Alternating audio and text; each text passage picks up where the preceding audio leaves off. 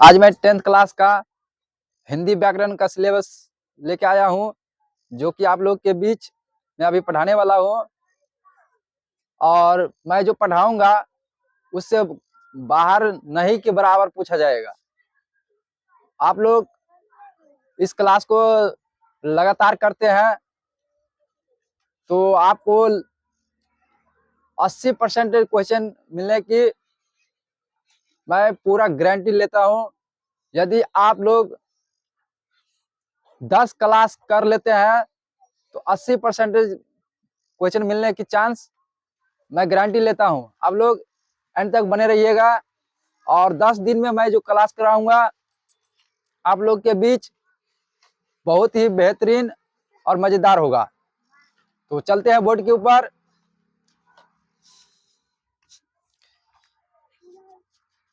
Tenth class के लिए ये रामबाण साबित होगा। मैंने आज हिंदी व्याकरण का टॉपिक लेकर आया हूं। सबसे पहले क्वेश्चन आ जाता है। सबसे पहला क्वेश्चन कि हिंदी व्याकरण में या हिंदी के अनुसार कुल वर्ण कितने होते हैं, या वर्ण कहते हैं किसे, वर्णमाला कहते हैं किसे। ये बहुत ही बेसिक है लेकिन याद रखना बहुत ही जरूरी है। सबसे पहले चलेंगे वर्ण। ठीक है, वर्ण। वर्ण किसे कहते हैं? वर्ण उस मूल ध्वनि को कहते हैं, उस मूल ध्वनि को कहते हैं। वर्ण उस मूल ध्वनि को कहते हैं जिनके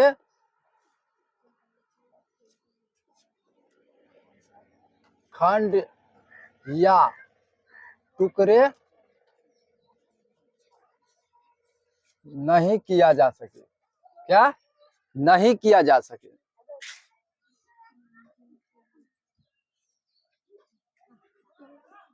नहीं किया जा सके। ठीक है। हिंदी में वर्ण की संख्या कितनी है, या इस प्रकार पूछेगा हिंदी में कुल कितने वर्ण होते हैं। ठीक है, या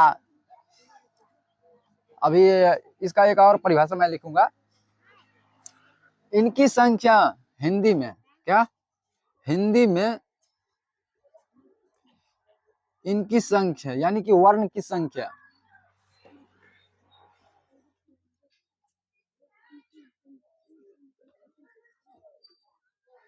52 होती है। ठीक है, कहीं कहीं 48 दे दिया रहता है, बट आप उसको इग्नोर कर दीजिए, 52 ही याद रखना है। ठीक है। हाँ, एक परिभाषा और है, भाषा की सबसे छोटी इकाई जिसे वर्ण कहते हैं। ठीक है, ऐसे लिखेंगे तो समय लगेगा आपको। मैं फिर से रिपीट कर देता हूँ। भाषा की वह सबसे छोटी इकाई जिसे वर्ण कहते हैं। और इसमें व्यंजन वर्ण और स्वर्ण वर्ण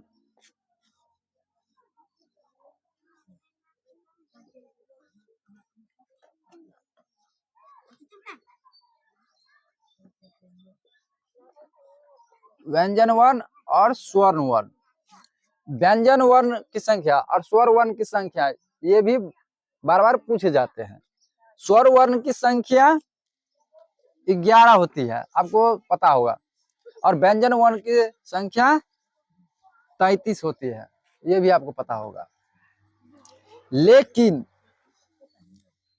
अर्थ के अनुसार स्वर वर्ण की संख्या 10 हो जाता है। अर्थ के अनुसार, क्या अर्थ के अनुसार स्वर वर्ण की संख्या 10 होती है।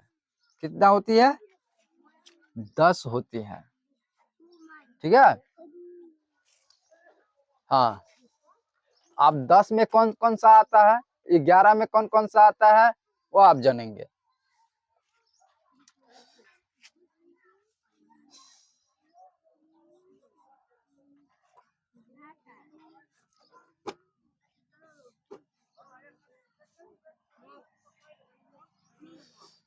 इसमें स्वर और संयुक्त स्वर वो भी आता है। पहले इसका क्या बोलते हैं 11 संख्या जो अक्षर होता है वो लिख देते हैं, वो बाद में लिखेंगे अपना।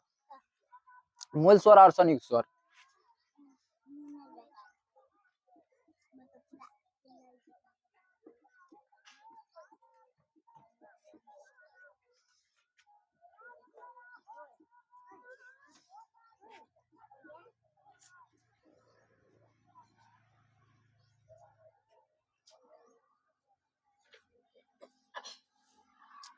इसमें कितना हो गया 1 2 3 4 5 6 7 8 9 10 11 हो गया। अब कितने लोग कमेंट में बोलेंगे जो हमने तो 13 पढ़े हैं। हाँ वो भी हो सकता है, क्योंकि अंग और अह लगा को 13 हो जाता है, ठीक है। बट आप हमको ये रखना है याद, बस 11, 13 नहीं याद करना है, ठीक है। और इधर व्यंजन वर्ण का, ये स्वर वर्ण का हो गया, स्वर वर्ण, ठीक है। और व्यंजन वर्ण, व्यंजन वर्ण की संख्या कितनी होती है तो 35 होती है, ठीक है। ये क से स्टार्ट होके क वर्ग, क वर्ग पकड़ लीजिए, क वर्ग से प वर्ग तक, क्या प वर्ग तक होता है, ठीक है। प वर्ग क वर्ग कहने का अर्थ हुआ जैसे कि क ख ग घ वा ऐसे पढ़ते हैं, इसी प्रकार से ट ठ च छ ये सब मतलब प फ तक, ठीक है। हाँ इसमें अनुस्वार और अंग को क्या कहते हैं,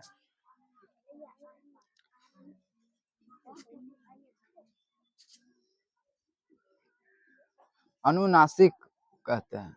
हाँ क्या कहते हैं, अनुनासिक। जैसे अंग और अह को अनुनासिक के अंतर्गत आते हैं, ठीक है। और जैसे कि कहीं कहीं ऐसा रहेगा, ऐसा रहेगा, इसको क्या कहते हैं, इसको दुर्गुण व्यंजन कहते हैं। क्या दुर्गुण व्यंजन कहते हैं, दुर्गुण व्यंजन कहते हैं, ठीक है। और क्या है, हाँ स्वर्ण वर्ण कितने प्रकार के होते हैं, स्वर्ण वर्ण कितने प्रकार के होते हैं, स्वर वर्ण। इससे पहले स्वर वर्ण का परिभाषा हम जान लेते हैं, इसके बाद इसके प्रकार पर जाएंगे। स्वर वर्ण किसे कहते हैं और व्यंजन वर्ण कहते हैं किसे, ये भी क्वेश्चन पूछ लिया जाता है। तो स्वर वर्ण उसे कहते हैं जिसके उच्चारण में बिना किसी दूसरे की सहायता से होती है, उसे स्वर वर्ण कहते हैं। क्या स्वर वर्ण उसे कहते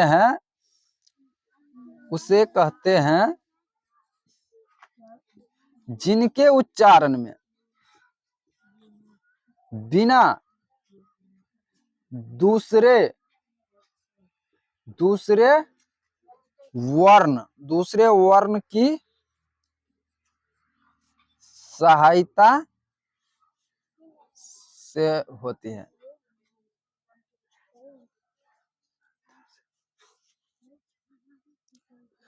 स्वर वर्ण किसे कहते हैं, तो स्वर वर्ण उसे कहते हैं जिसके उच्चारण, यहाँ उच्चारण छूट गया है, उच्चारण बिना दूसरे वर्ण की सहायता से बोली जाती है, ऐसा लिखेंगे, बोली जाती है, दूसरे वर्ण की सहायता से बोली जाती है, बोली जाती है,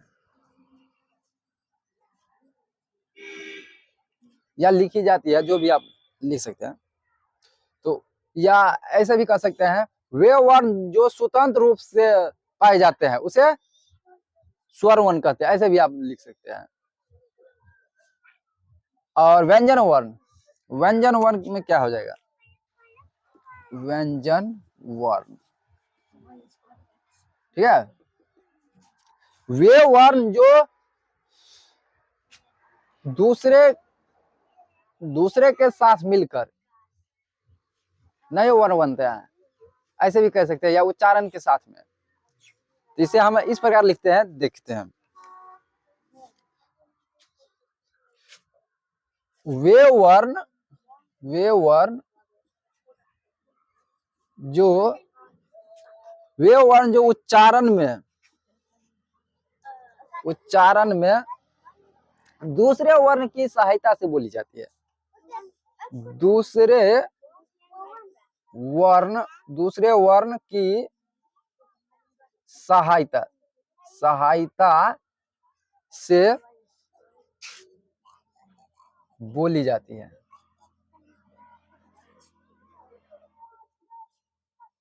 ठीक है।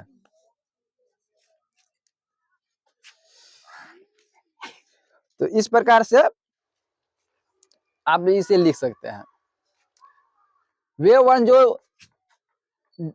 वर्ण जिसका उच्चारण दूसरे वर्ण की सहायता से बोली जाती है, लिखी जाती है, जो भी है, ऐसे यहाँ पे ये लिखना चाहिए, वे वर्ण जिसका उच्चारण दूसरे वर्ण की सहायता से बोली जाती है, ठीक है। इसका भाग 2 मैं अगले वीडियो में लेके आऊंगा, तब तक यहीं तक रहेगा, और आप लोग अगले वीडियो के इंतजार में रहिए। बहुत ही जल्द मैं अगला वीडियो लेके आऊंगा, जो इससे आगे मैं पढ़ाऊंगा। तो आशा करता हूं कि ये वीडियो आप लोग को अच्छा लगा होगा। धन्यवाद, थैंक यू।